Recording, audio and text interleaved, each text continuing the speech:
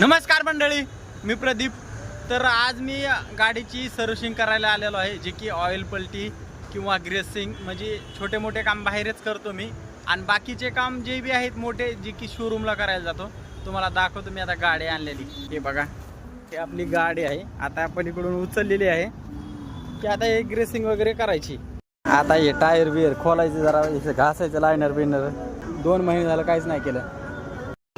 भावना फुल tyre नसलं तर हे वाला नट लावायचं बघा, छोटावाला. हे बघा, नट लावून लगेच खुलते. काही वेळेस ठोकून काढावं लागतं, नाही तर मंडळी ही एवढी बघा लेअर आहे, तरी पण लाईनवर टाकावं लागतं बोलते फिटर. मला तर वाटत नाही गरज आहे म्हणून, का आता अजून 5-6 हजार किलोमीटर तर चलनच. अरे बघा, हे बजाजचं आहे. आपण हे वाला टाकणार आहेत आता. तेव्हा आपला फिटर आहे. लायनर बघा कसे चेंज करतात ते, की आपल्याला लगेच लायनर चेंज करून दुसरे टाकायचे होते. मंडळी हे किती महिने लायनर चालले असते ना, कमेंटमध्ये नक्की कळवा. आणि हा भाऊ बोलतो की 3 महिने चालले ते लायनर.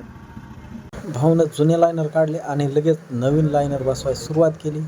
आणि हे बघा, अशा पद्धतीने फिटर लोक लायनर बसवतात. आणि एक लायनरची किंमत आहे बघा 250 रुपये. बघा हे स्प्रिंग वगैरे कशा बसवल्यात भावना. तर नक्की व्हिडिओ पहा आणि तुम्हाला काय वाटतं कमेंटमध्ये नक्की कळवा. बसवला ड्राम बिराम सगळं ओके मध्ये.